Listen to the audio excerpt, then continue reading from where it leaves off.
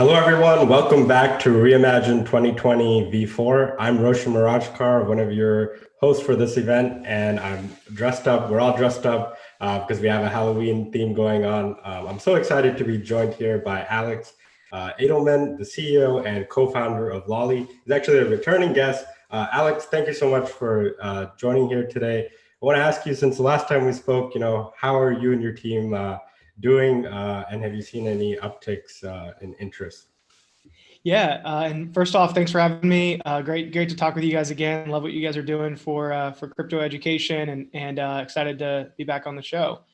We've seen and we're constantly seeing upticks. I think since we last talked, Bitcoin is up probably from like 9K up to like 13K. So every time we see this sort of upswing, we see like another upswing in like organic usage. Organic users coming onto the platform, searching us, finding us, all that good stuff. So it's been, I think we're more prepared each time as well. So I think the experience gets better and better every time a new user comes in for each bull run.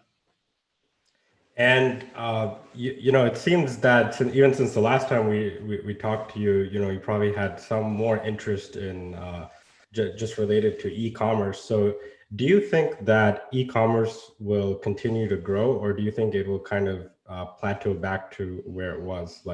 And how do you think that affects something like your business? Because it seems that the more that e-commerce grows, the more that people shop, people are getting tired of the old incentives, and they see Bitcoin going up, so they join the platform and then they tell their friends. Do you ever think that we're going to go back to just normal retail shopping, not online? It will. It just won't be as big as it used to be. There's no reason for it to be. People have basically, with COVID, have been forced to figure out how to, go about their daily lives with online shopping. So I don't think a lot of people will go back. Sure, there's always going to be, brick and mortar. There's going to be experiences that people, enjoy, like in-store grocery shopping. Seeing and feeling clothes, but more and more people are going to realize that like e-commerce is the inevitable future, and it's going to accelerate the adoption of e-commerce probably faster than I think a lot of people anticipated. Yeah, I would agree with that. I think a lot more people are getting used to shopping online. What would you say to the people out there, just to try to understand Lolli itself a bit? I think many people don't really understand the concept of being rewarded in something other than rewards points, which are mainly static. What would you say to some of the newer people getting into the space, just about Lolli and what you and your team are trying to do? Maybe two things that you're really focused on that you think are going to stay consistent no matter how much Bitcoin goes up or how much people use it. Yeah, great question. So for those of you who don't know, Lolli is a rewards company. We give people Bitcoin when they shop online. We work with just over 1,000 different merchants to give people the easiest way to earn Bitcoin when they do something that they were already going to do, which in our case is shop. So some things that are consistent, we're always going to be adding new merchants onto the platform, giving people a wider range. Things are going to get easier the more merchants we have to earn more Bitcoin. Some things that I think that people are going to expect in the future, more merchants, easier functionality across web and mobile. We've been primarily web focused because that's where the majority of online shopping occurs, and the biggest GMV purchases happen there. So people can earn far more on web than they can on mobile in most cases. So I think things to expect would be like the mobile app rollout, things like easier search, easier functionality that just lets you earn in more places. Yeah, it's exciting to hear. I'm a big user of Lolli myself, and when I was talking to you a little bit about before this, I think that with the incentive like this, it really does even change some e-commerce business models, because would you say you're able to, when you're talking to some of your retail partners, are they more partnering with you because they don't have the knowledge of the actual infrastructure to build that reward system itself, or is it more so that you all have worked hard to make that user experience so seamless where users or I would say consumers are actually motivated to shop at a particular place because of the end reward that they're getting, right? It's like if you have two shoe companies per se, and one of them doesn't have Lolli and the other one uses some other type of merchant, would you be able to tell me anything about that? Like, are you able to see that on your platform? Even some data that you can show to people saying that this does actually motivate consumers to buy this particular product per se because of Bitcoin. Yeah. So a little bit of background, but just like how we got here and why why this model works. So basically, the way that the model works is we partner with these merchants. The merchants are giving us they pay us when our users shop their sites. So it's like incentive marketing, loyalty marketing. They want to attract new shoppers. So a little bit of backstory, like our team had built a company previously called Cosmic. We built the leading e-commerce gateway, later became known as the buy button, that was popularized as like giving people the ability to buy anywhere, and it gave merchants the ability to sell anywhere. So we worked with hundreds, I guess later days thousands of different merchants, and ultimately were acquired by our biggest customer, which was Pop Sugar, to come and power 1.2 billion in retail revenue. And then we were acquired again by Rakuten, which is the biggest cashback company in the US and many parts of the world. So we got to really understand what these merchants actually want, what this relationship means for them through a cashback model. We then, after we parted ways with Rakuten, we started to look at what's the bigger problem? What do we want to solve next? And we kept looking at Bitcoin as an incredible way for people to have access to their money, to truly own their money. I see Bitcoin as being the best money in the world, and money really hasn't been reinvented in a long time. It hasn't been innovated on. It's been sitting on these like archaic rails. So Bitcoin just sort of disrupted money overnight, and yet so few people were able to get it. So we wanted to sort of change how people adopted Bitcoin. And we know that less than like 1% of the world would consider themselves investors. And currently the only way the only way to really get into Bitcoin was through investing in it or mining it. So fewer people are miners than they are investors. And so what you're left with is like, if you're only building a company or a technology that less than 1% of people will ever adopt, you have to break through. You have to think bigger. So we were looking at Rakuten. We were looking at rewards. We were seeing hundreds of millions of people all across the world that were familiar with cashback rewards, and we're like, everybody shops. Everybody swipes their card and earns money. They're totally used to that. So how do you make it way easier? And so we were like, this is a way bigger market. Let's create this Lolli in order to distribute Bitcoin to more people way easier, and then start to teach them about the principles of investing and mining through found money, through rewards. So we launched Lolli, and we've had a lot of success so far in bringing Bitcoin to the masses. Yeah, I mean, since the time you all have launched, I think you've definitely captured that element of basically different ways for people to get in, which is, I think, one of the most exciting things, because you're definitely right. If you look at Bitcoin's trajectory of how people got involved, all of the beginning, cases you just laid out, they're a little more difficult. I was just talking to a friend yesterday, and it's a lot of steps to even get involved that kind of turns people off. And then there's a million other things happening in the world, and even crypto is not the main thing even happening in our world right now per se. So I think you all have definitely cleaned up that user experience, and more importantly, you offered just a better incentive. what I do want to kind of get into, which I think is interesting, is some of the new educational programs that you all are launching, because it seems that with a lot of the new product offerings that you guys are launching, new features, they're kind of tailored toward that. So can you kind of speak about maybe your master plan? You don't have to give me all the details, but it seems that you have many users onboarded onto a wallet, shopping at retailers that they're familiar with. So what is step two from here for you all, as far as where do you think you can go with educating the consumer base? Just a couple of things that I'd like you to cover is, I know you're launching the Sats tag. You're giving everyone a username tied to their wallet, and you're also launching Lolli TV. So how's that going, and where do you expect it to go from here? Yeah. A huge piece of Bitcoin is around identity. Like it's if Bitcoin is what we believe it is, which is the only asset that everybody in the entire world with an internet connection can freely own and move between two parties. In order to, I think, make it easier for people to move that money, I think you need layers on top of Bitcoin that can help distribute Bitcoin to more people.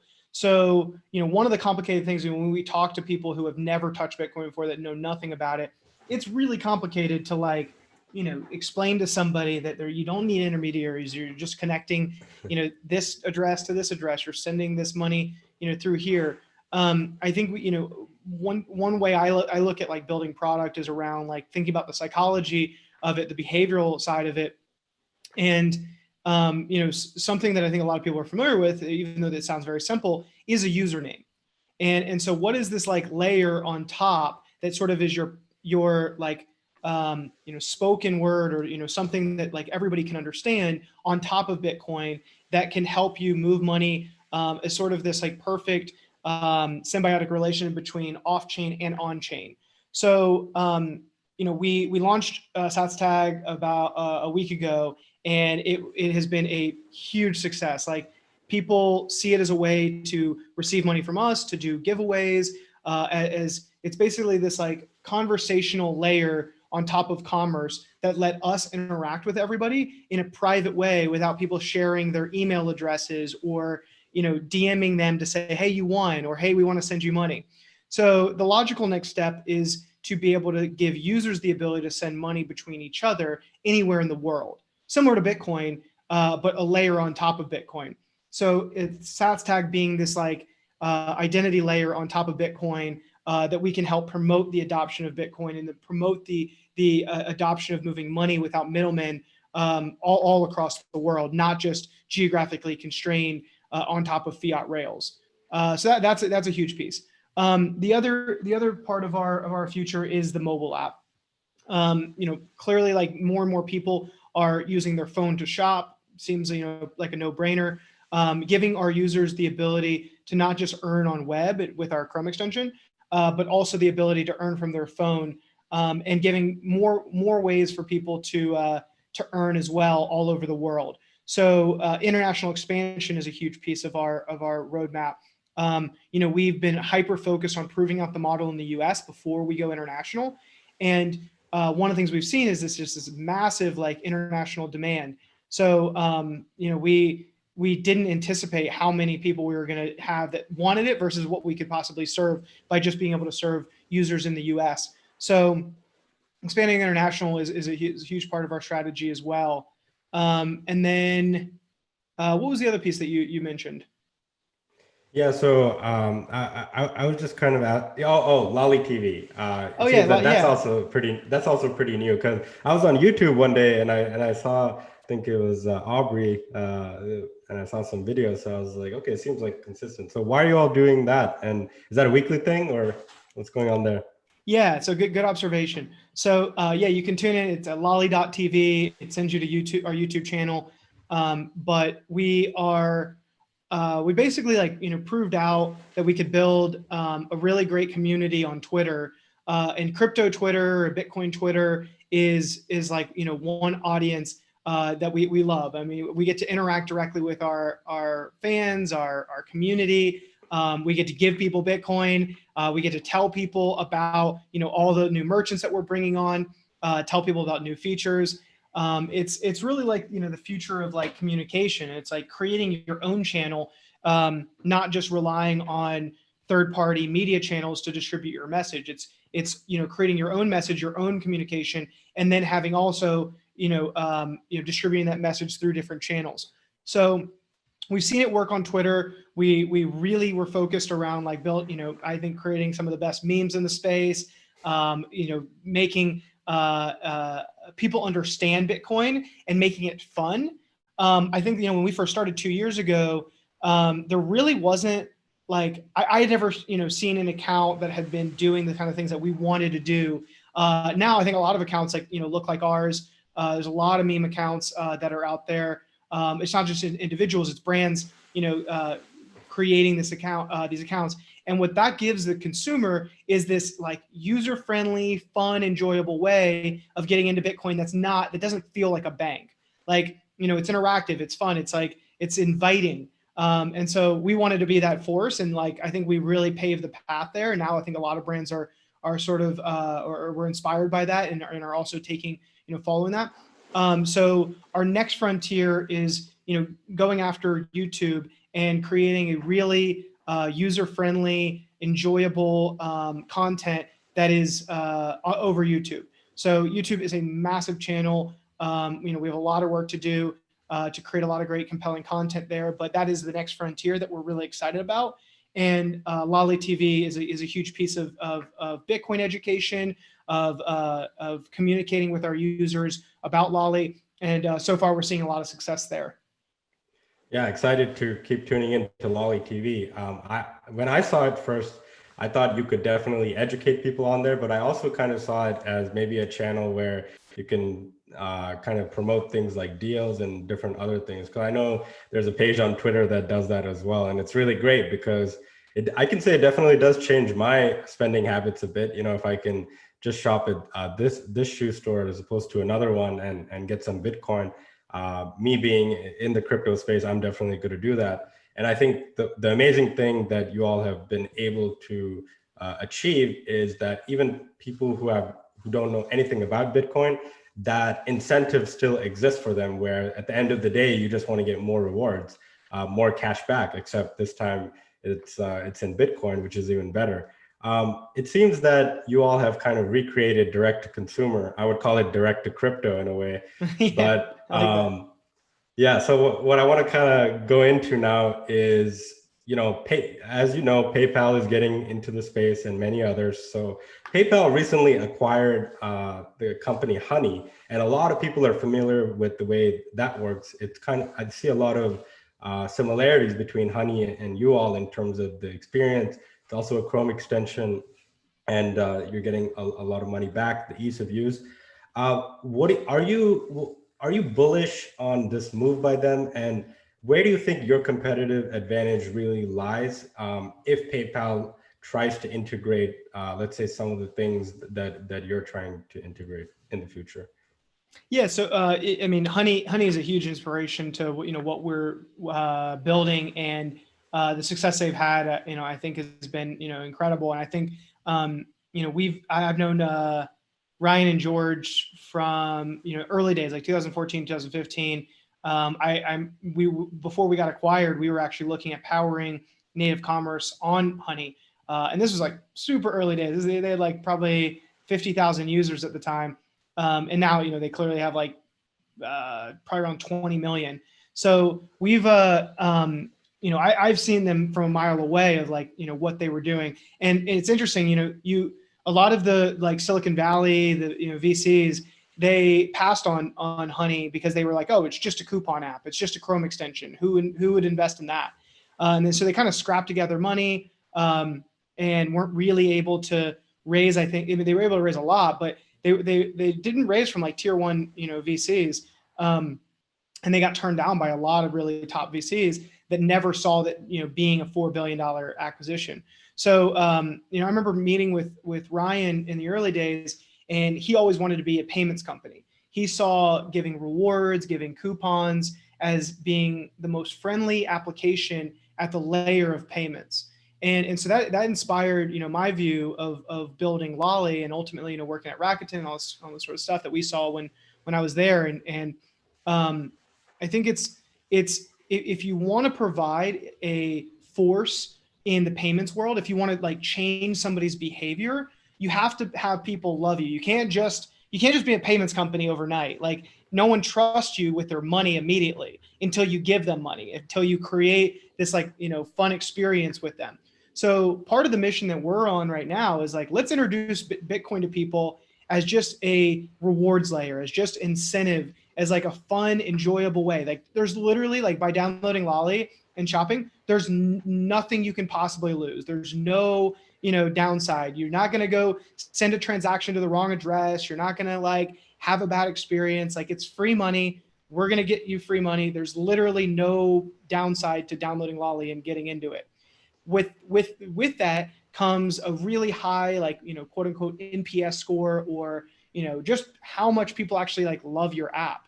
And so when we get to this point that people actually want to spend crypto or spend Bitcoin and shop at these merchants, and when we get to this point where merchants actually want to accept Bitcoin or accept crypto, accept stable coins, we're right at that piece. We have the most merchant partnerships of any crypto company in the world. We have an active user that loves the Lolli application, that loves earning, Bitcoin. I see it as a way to merge these two worlds and give the users this ability to spend wherever they are. So Honey, ultimately, like, when they told me like, we want to be a payments company in 2015, I was like, okay, like, that's interesting. It took me a little bit to like, figure it out, where I was like, I slept on it and I came back the next day and I was like, oh my God, I see it. It's right. And it made total sense that PayPal, one of the biggest payments companies in the entire world, came along and said, other than PayPal, Honey's probably people's favorite application at the point of purchase. So when we were like a year into building Lolli when PayPal ultimately acquired Honey, but I kind of I saw it from a mile away, because I knew they were probably valued around like, 2 billion plus. When they exited for 4 billion, it was like, certainly a little bit of a shock, but we know that, Rakuten is valued, or Ebates, it was valued around like 6 or 7 billion, and Honey was eating Rakuten's lunch. So it wasn't all that absurd for Honey, and Honey was, profitable. So they didn't really need to get acquired, which, puts them in a very powerful position. So, I do look at like what we're creating, I'm not building a company to sell it. I'm building a company to like make an impact. And the impact that I want to create is making that jump where Honey never did. So Honey will probably eventually, meet PayPal and adopt PayPal and payments, directly from the application. But, they never did that independently. They got acquired by PayPal. With crypto rails, I think that, taking, the sort of the leap between like 4 billion or, 10 billion is probably the more likely valuation, and 100 billion is making that leap to go actually be a payments company. Give people the ability to go pay at our 1,000 merchants, or probably at this point, 10,000 merchants, when we get to that point. Like, give everybody the ability to pay at all these merchants with a better currency. So that's the place that I want to get this to. That's our future roadmap. That's the future we're building. Yeah, and I consistently hear you, talk about your culture and the way you're building your company, which I do think is super important, because I think that those are some of the things that someone like PayPal will struggle with. Sure, they're a huge business, but they can't really attract that same level of loyalty, and they can't offer those same what do you call those same benefits. What I did want to ask you is, let's see. So why do you think it is that in the traditional rewards points and point of sale systems that not everyone wins? It seems like the companies win, all the retailers and the rewards companies that are powering that, but the end user never does win, in the sense of, you have some points and they just become inflationary. So why do you think it's structured like that? And do you think that more companies will start to find more convergence points? Like, what other convergence points are there besides point of sale um, and at the merchant level, can we do anything else, or even for Lolli?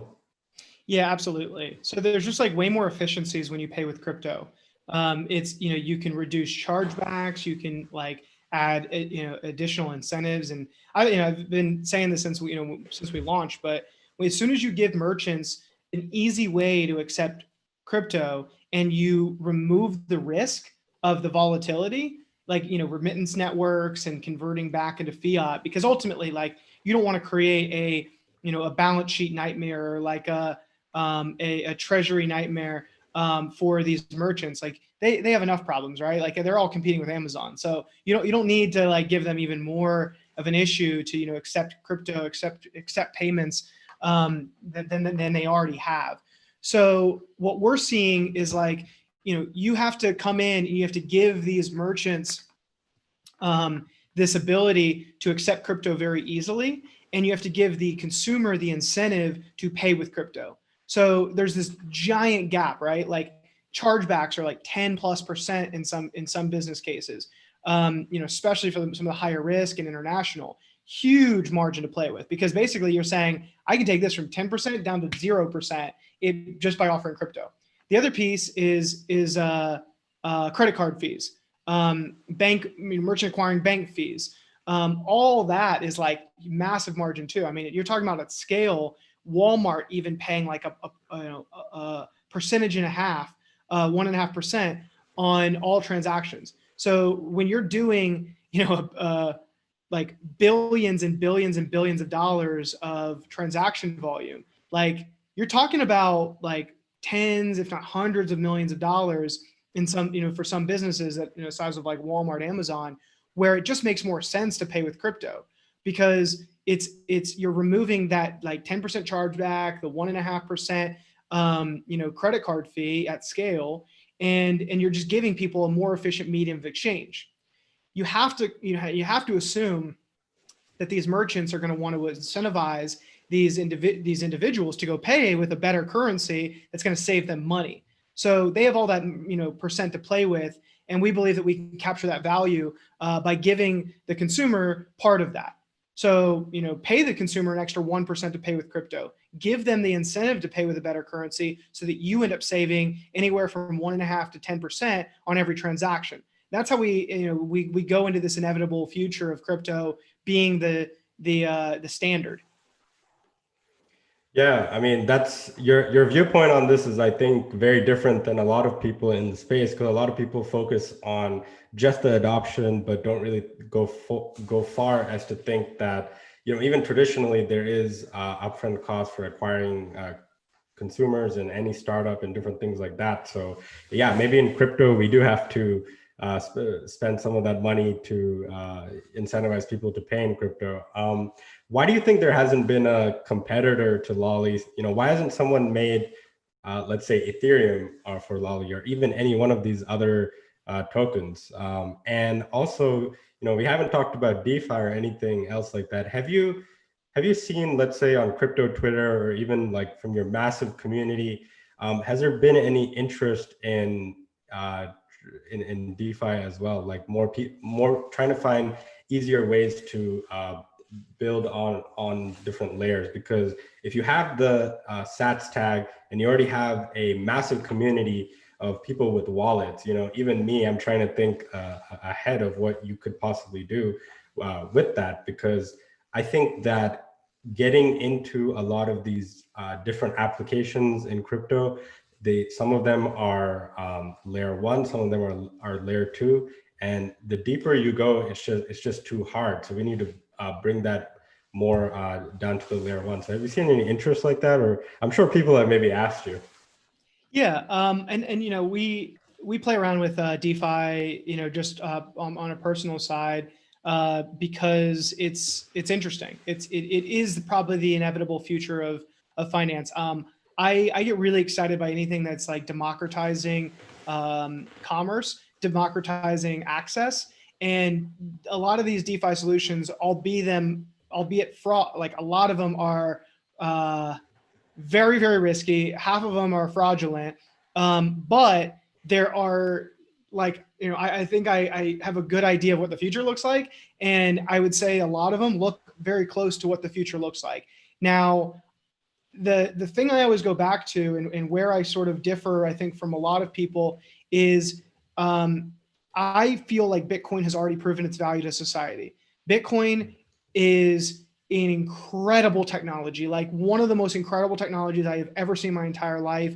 I mean, the feeling I got when I learned about it was similar to just like getting the internet for the first time. It just like made total sense to me of like why this is the inevitable future. ETH, the idea of ETH made a lot of sense to me. I think the execution of ETH has not yet. I don't think that it has scaled. There's a lot of criticisms I have of like, on-chain development, Solidity, the scalability of it. And I am like, I think I am, I may look like a Bitcoin maximalist, and I am like a huge Bitcoin proponent. But it is typically from different reasons than I think a lot of people. I am a big believer that sound money is very important for the world. It puts pressure on governments to have better monetary policy. Do I believe 100% in Australia, Austrian economics? Yeah, I don't. I think it's good for the world, but probably in a different way than the traditional sense that many people do.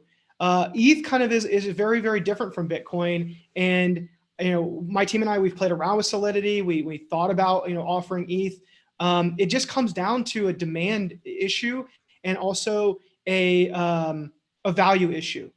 When I know that ETH has brought value to the world in a truly scalable way, that it like fundamentally has changed the world and is not going anywhere, and that I don't risk the reputation of Lolli and myself to offer ETH to our users, then I would consider it. Like right now, I'm just not seeing that be true yet.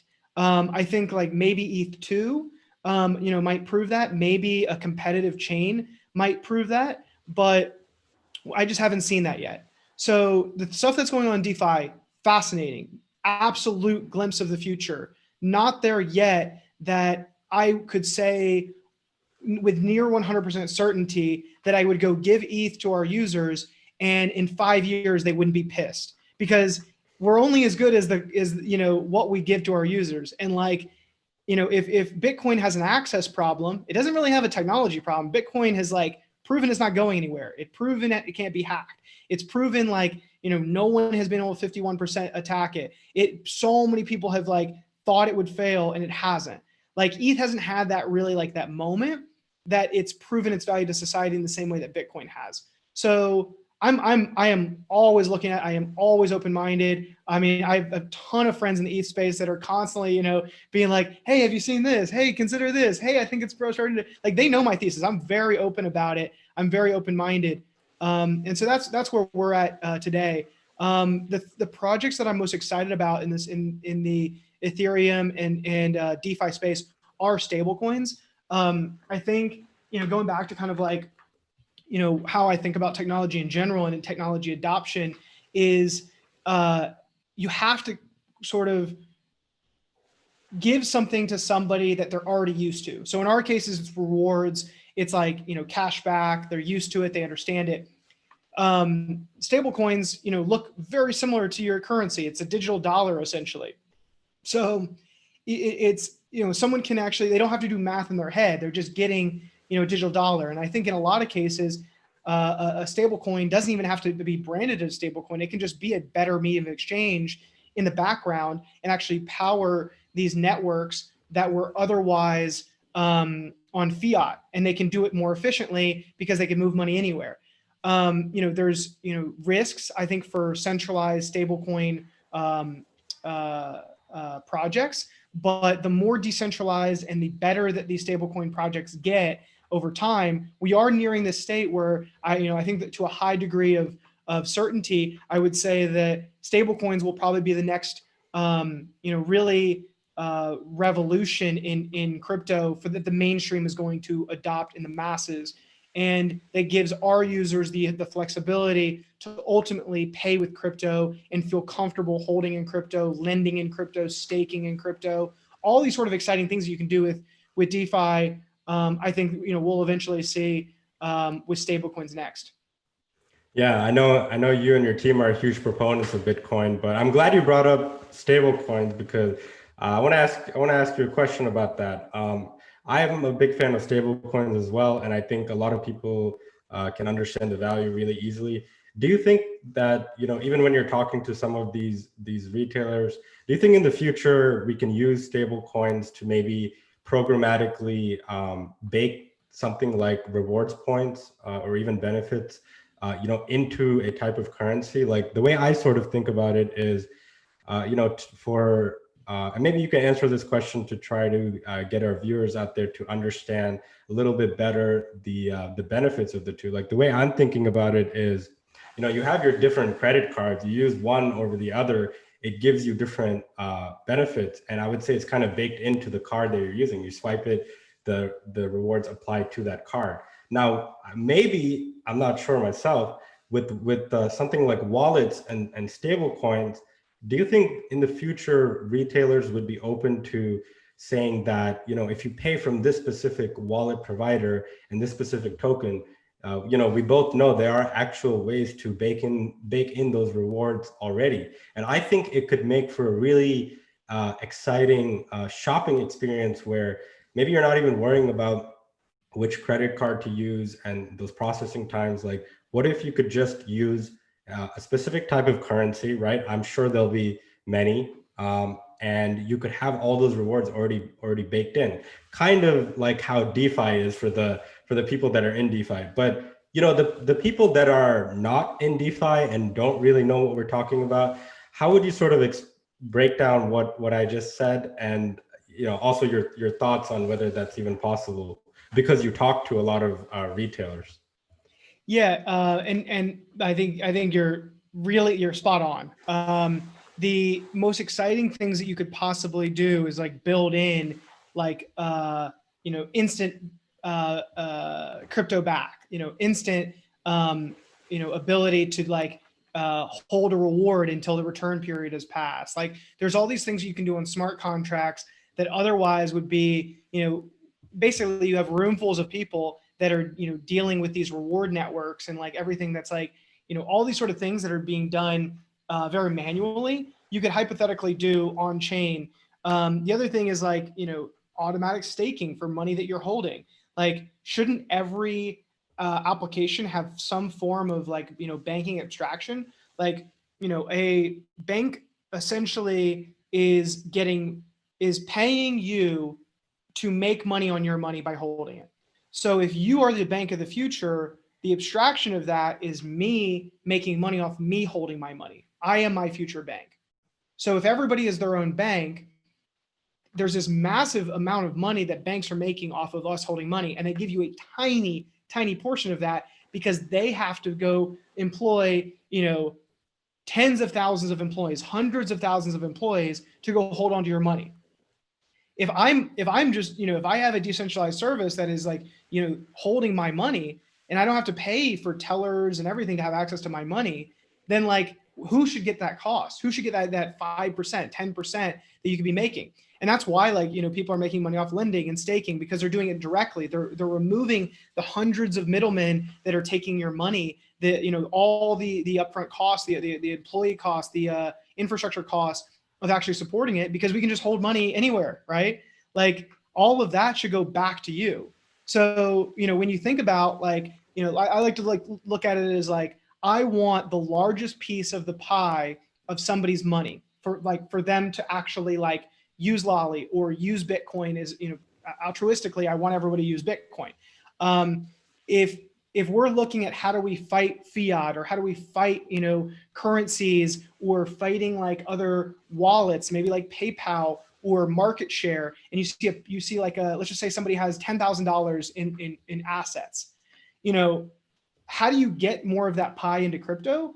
You offer incentives, you offer rewards, you offer the ability to be making more money by holding crypto than fiat. You offer more incentives for paying with crypto than fiat, more money for getting rewarded in crypto than fiat. Like it all breaks down a banking infrastructure over time by basically picking apart all these different things about a bank that make people hold money there. So it's just like very clear in my mind of like how this evolved. It's like you're picking apart this hyper inefficient industry, and you're saying it doesn't need to be done like that. And Bitcoin and crypto is just like ripping apart this financial industry overnight, and nobody realizes it. So it's part of our job to make it really fucking simple for everybody to realize what's going on, and then over time, launch features that are going to take a piece of that pie. Yeah, the culture of your company, again, with everything you all are doing and the initiatives you're launching, I think is really important, because you haven't just come out and just had this, like, you can earn more rewards and that's it. You're actually putting a lot of effort in educating people and making sure they understand the actual benefits. One thing is, I think you all have been pretty early to this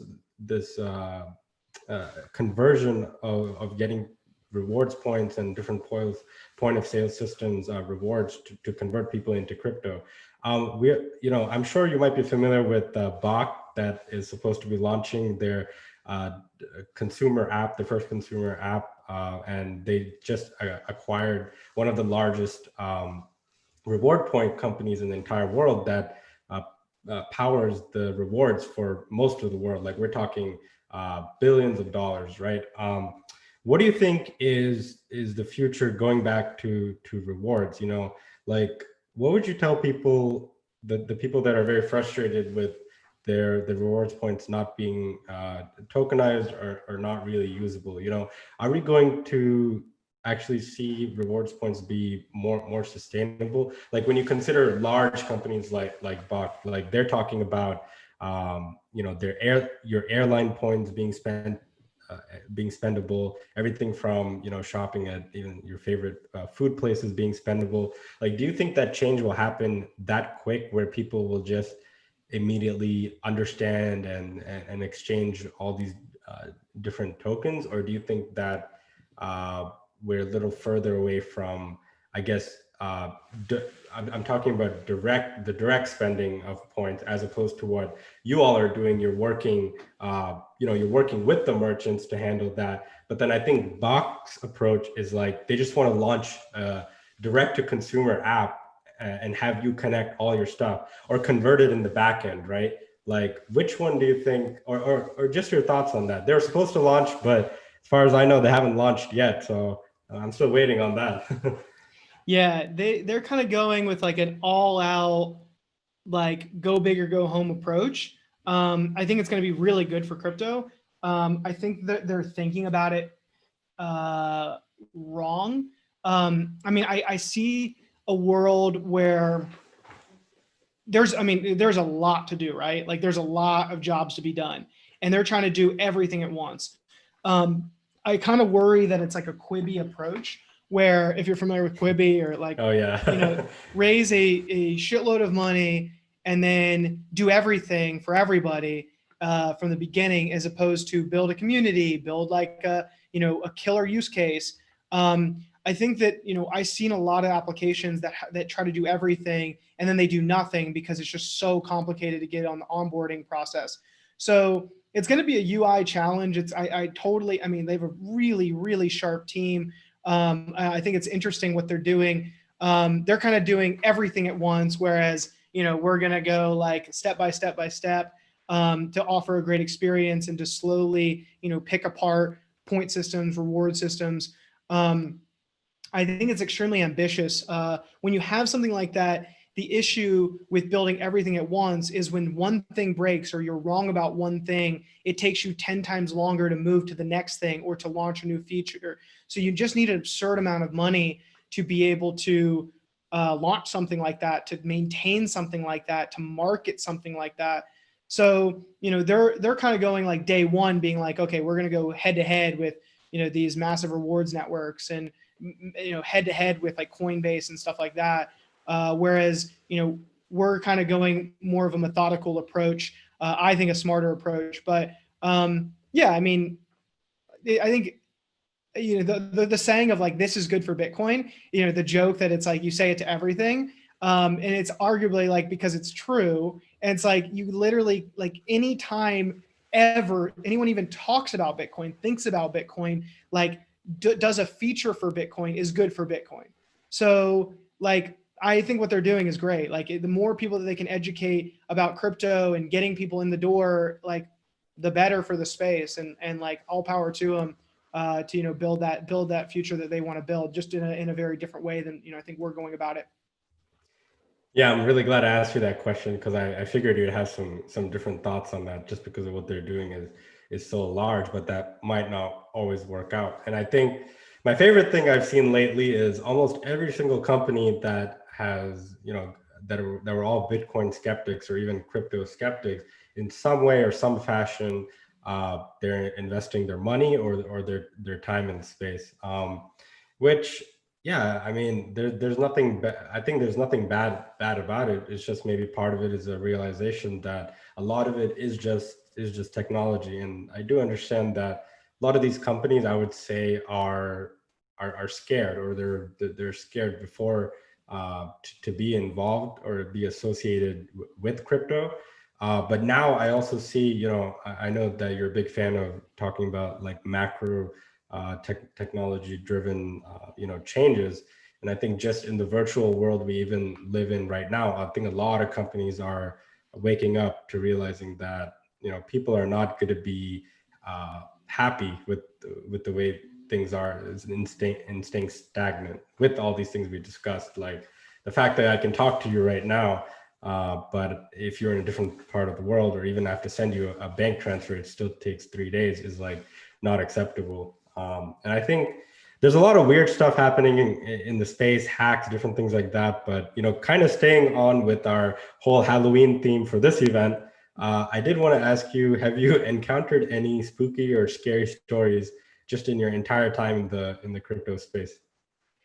I guess personally, I still get scared when I send Bitcoin transactions. I think there's just something like on chain, just it still is like scary. Lightning invoices, that kind of thing. It's still just like, it's like the finality of it is pretty great. I think like a few of my friends have been hacked and lost like absurd amounts of money, and those experiences just terrify me. And so I'm very thankful, knock on wood, that that has not happened to me. But I think, yeah, seeing like hacks just always scared me. And then the finality of sending Bitcoin transactions, I think is still, it's a lot to get over. Yeah, maybe in the future we can use something like the Sats tag. Yeah, Right. to kind of end things off, where do you see what are some interesting use cases, even beyond some of the product updates that you're thinking about? Like one idea maybe I can throw at you. You can you can have your thoughts on it. Was there's another company called BottlePay. They're operating out of the UK. Maybe you've heard of them, maybe you haven't. What they were working on at the payments layer was connecting all of your social accounts using the auth that way, to where anyone with existing social accounts, they were basically using the Lightning Network to tie in all of your identities. And I could send someone a transaction on something like BottlePay to their Instagram account, and they would just log into BottlePay, authorize themselves. And so basically what they did, they actually they found a way to connect something like your Bitcoin address. They created one for you and tied it into your existing social account, so that you already have an account, even before you've made one per se. It's like I could send it to your Twitter. I could send it to your Twitter tag. You would go log in, and when you log in, it's like the money is already there. Do you think that things like the Sats tag, or even other things you're working on, do you ever think or approach it in this way, where maybe in the future we could go beyond just the convergence points at the point of sale? Because I love what you said earlier about how you're focused on what people already have, like they already have that's existing, because it's so hard to change in the future. So just wanted to throw that out there. I think it's super cool. They're rebuilding that app. It hasn't really, um, you know, gone mainstream per se yet, but I do think it's very interesting back-end technology. Maybe me and you can chat one off about that later too. Yeah. Yeah, I like the bottle pay team. I think they're really smart. I like what they're doing with sort of this like connecting into social. Yeah, I think it's awesome. I think it's like a really like savvy way. I think like a lot of people get really wrapped up sometimes in being purists, being like it can only be on chain, it can only be non-custodial. You're just never going to see mass adoption if it's like only non-custodial. I think the way that we're going to see adoption is things like bottle pay, things like Lolli, that are this sort of like on ramp, better on ramp. And then I think like the things that it's almost like our responsibility is to build on-chain applications to get people into this, like, owning their own money, managing their own money, to truly own their money. But that's like down the road. I mean, right now we're talking about like a few million people that are into crypto right now. Like we need to get to like 1 billion users using crypto. Then it's like, then you have to educate all those users about like what truly owning crypto is and not being reliant on centralized services. Like at the end of the day, like I don't want to be, in charge of, I don't want to be the next bank. I want to be, I want to be what the future bank looks like, which is empowering people to own their money. And I want to provide services on top of it that helps them make money with their money. But it's like, if Bitcoin is the bank of the future, like you have to have services that look very similar to the bank that people know. You have to have like experiences like, connecting onto Instagram, connecting onto Twitter that feel very native, feel very similar to what they're already used to. So I think those are like great steps in the right direction, and definitely what glimpse of the future looks like. Yeah, I mean, I think that's a great way to end things off. That's a powerful quote, and I like how you have a couple different thoughts than what people in the crypto industry normally have, based on what you just said, like building more bridges with things people are familiar with. I encourage everyone, go claim your Sats tag. The name that you want might be claimed soon. I already claimed mine. Alex, co-founder of Lolli and CEO, thank you so much for joining me here today. I'm your host, Roshan Mirajkar, and I'll let you all tune back in to another interview here at REIMAGINE 2020 V4. Thank you.